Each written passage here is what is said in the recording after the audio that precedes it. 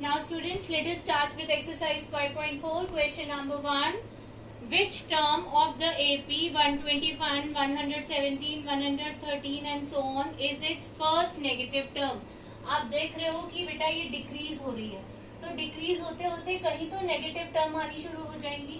तो वो कौन से नंबर की टर्म है जो कि फर्स्ट नेगेटिव टर्म है? तो लेट पहले हम ये देख लेते हैं वो टर्म है क्या. So let an be the first negative term. सो बेटा यहां से अगर हम देखें a हमारे पास है 121, b is 117 minus 121, so it is -4. और an जो है वो हम फाइंड कर रहे हैं, ठीक है. तो let us write down using the formula an is equal to a plus n minus 1 into d. तो an हमारे पास आया 121 plus n minus 1 into -4. This is equal to 121 minus 4n plus 4. -4 into n, -4n, -4 into -1 plus 4. This is equal to 125 minus 4n. अब ये पहली negative term है, n में ही आएगा क्योंकि हमें नहीं पता ये कौन से नंबर की है. अब क्योंकि ये पहली नेगेटिव टर्म है तो ये लेस देन 0 है. So since an is negative, therefore 125 minus 4n is less than 0 और 125 is less than 4n. और मैं इसको 4n को यहाँ लिख रही हूँ 4n is greater than 125 और n is greater than 125 by 4. तो जब हम इसको डिवाइड कर रहे हैं तो 4 3 जा 12, 4 1 जा 4, तो आपके पास आ रहा है 4 2 जा 8, तो 31.2 से आ रहा है. That means n is greater than 31st term. तो नेक्स्ट टर्म क्या होगी? This implies first negative term is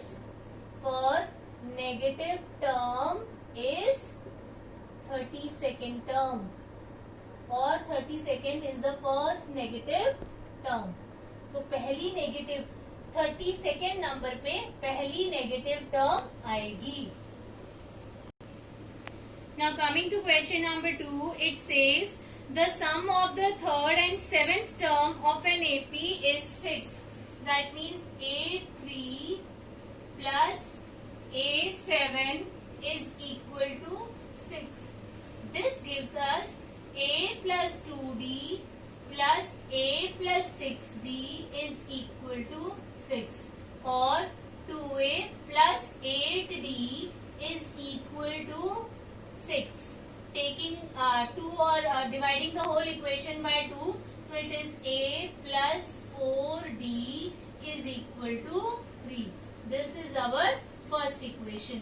And second statement of the question says, and their product is 8. Find the sum of first 16 terms of the AP. अब product इन्हीं terms का जो product है A3 और A7 का, that means A3 into A7 and करके लिख रही हूँ is equal to 8. This means A plus 2D into A plus 6D is equal to 8.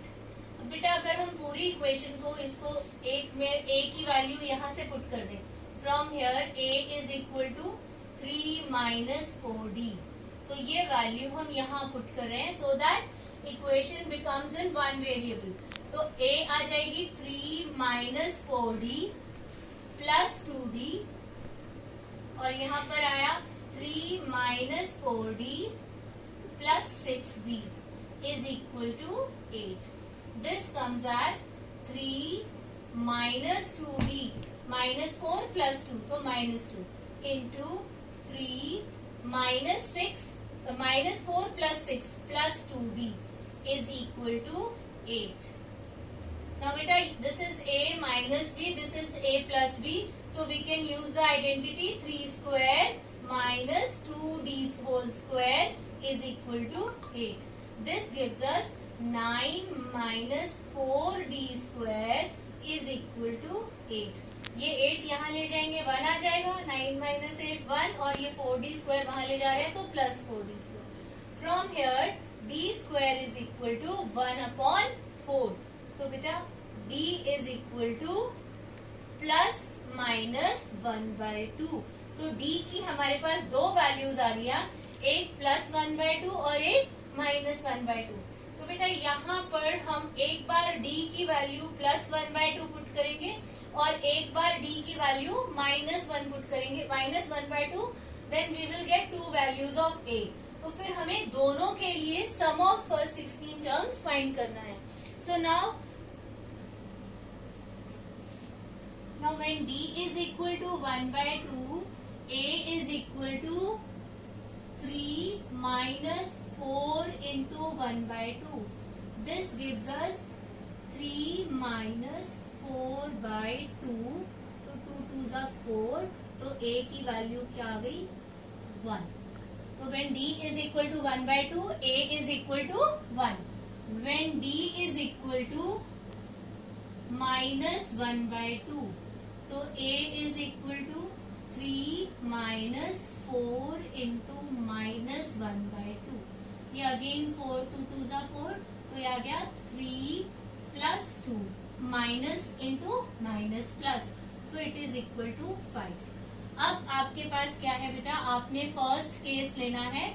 First case a is equal to 1, d is equal to 1/2. आपने S16 find करना है. That is equal to n/2, मतलब 16/2. 2 2 into में 1 plus n minus 1, तो 16 minus 1 into 1/2. ठीक है बेटा, तो ये आपके पास आ जाएगा 8. ये कैंसिल होगा, 8 आ जाएगा. 8 into 2 plus 15/2. 16 minus 1 15. So when you will take LCM, this is 2. So 2 2s are 4. 4 plus 15, 19. So 8 into 19/2.